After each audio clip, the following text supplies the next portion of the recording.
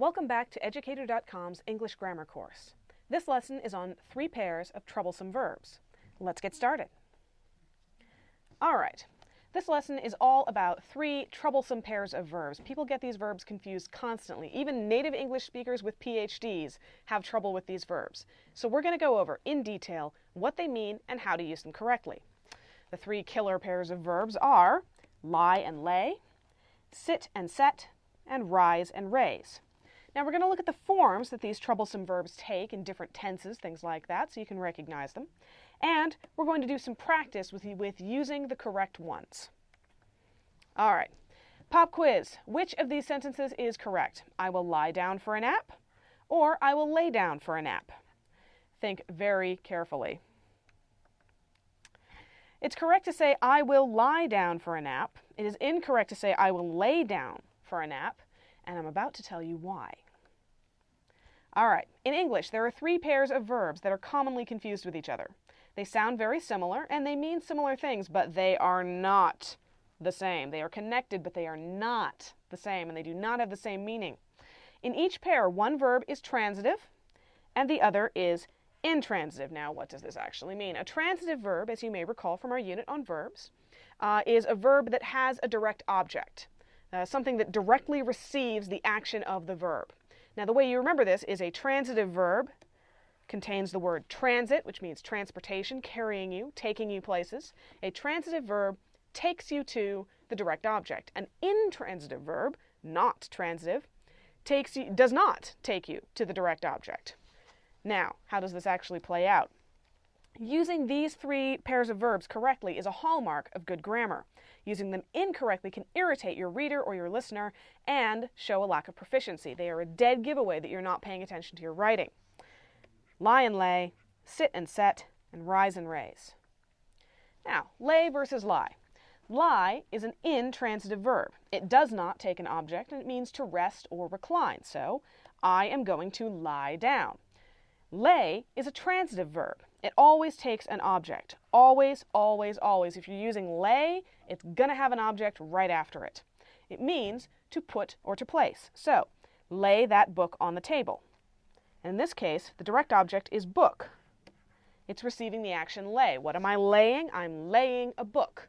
If I'm lying, I'm just lying. I'm not lying anything in particular. Now, 2 handy tricks for keeping these 2 straight. First, the vowel sound in lie is an I. Just remember that if it has an I vowel sound, it is intransitive.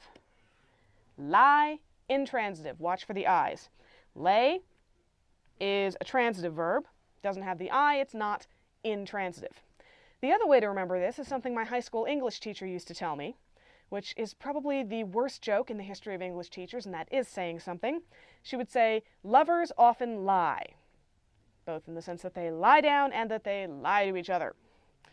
So you don't take a transitive verb there, you just lie. All right, sit and set. These 2 are commonly confused in the American South and a couple of other places. Sit is an intransitive verb. Once again, the I sound with an intransitive verb. It does not take an object. It means to rest. So in our sentence, please, Benedict, sit down. Benedict isn't sitting anything in particular. He is just sitting. He's putting his butt on the chair. All right. Set is a transitive verb. It takes an object. It means to put or place. Set that book on the table. Notice how we used it in the same way that we used lay that book on the table. Means almost the same thing. The only exception to this particular rule is when set is used to mean to go down. Then it does not take an object. So the sun sets in the west. This is pretty much the only use of set without an object. All right. Rise versus raise. This is one that drives me berserk when I hear people use it wrong. Rise is an intransitive verb. Once again, the I sound goes with an intransitive verb. It does not take an object. It means to go up. Rise and shine, as my mother used to say when getting me up at way too early in the morning. Raise, by contrast, is a transitive verb. It always takes an object, and it means to lift or move something up. Now, you notice these 2 meanings are connected, but something rises without help. Presumably, I would be rising out of bed without anybody else's help. Raise, you're pushing something up. The thing that's going up is getting help in the process. So raise your hand if you have a question. If you are raising your hand, you are pushing it up. It's not going up all by its lonesome. It has your arm attached. Now, let's look at the forms of these verbs. This is where it gets really, really tricky. We've been looking at the present and the base form of each verb. Lie, lay, rise, raise, sit, and set. Now, the present participle is formed along the usual rules.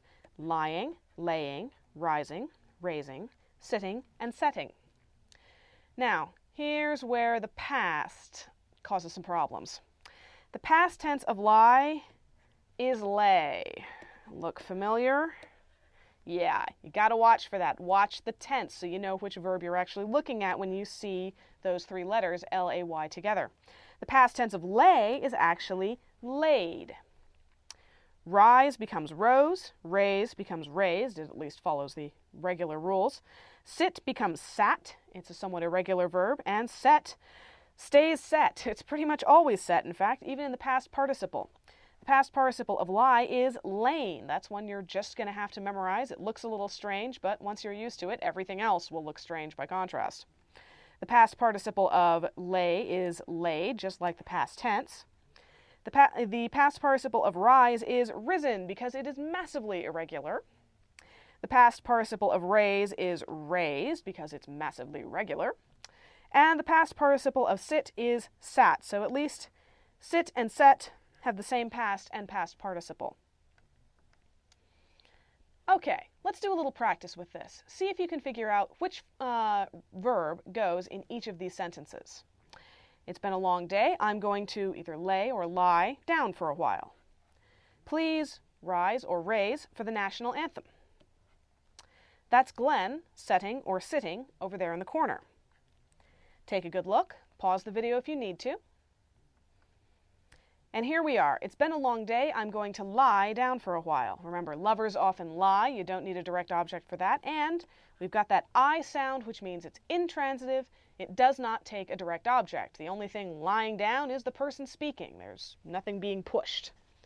Please rise for the national anthem. Once again, you're not getting any help. You're pushing yourself up out of your chair. And that's Glenn sitting over there in the corner. Glenn is not the sun, so he will never be setting over there in the corner. All right, let's do a little more practice. The stone had laid or lain there in the grass for a long time. The dog turned around 3 times and then either lay or laid down. In the story of Lazarus, Jesus raises or rises Lazarus from the dead. Now, this is a particular story in which somebody brings somebody else back from the dead. That's important because of the next sentence. Christians believe Jesus rose or raised from the tomb after he died. Now, in Christian belief, Jesus had no help. Lazarus did have help. There's your clue. Take a good look. Pause the video if you need to. And here we are. The stone had lain there in the grass for a long time. Now, this is the past participle form of lie. Remember, there's that I, which means it's intransitive.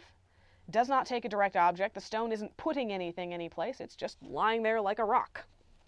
The dog turned around 3 times and then lay down. Past tense of lie. Once again, the dog does not need any help. In the story of Lazarus, Jesus raises Lazarus from the dead. Now, your clue here was both that I told you Lazarus had help coming back from the dead in the story, and the fact that we had the direct object. Okay, if it takes a direct object, it's transitive, which means we want the version that doesn't just have an I sound.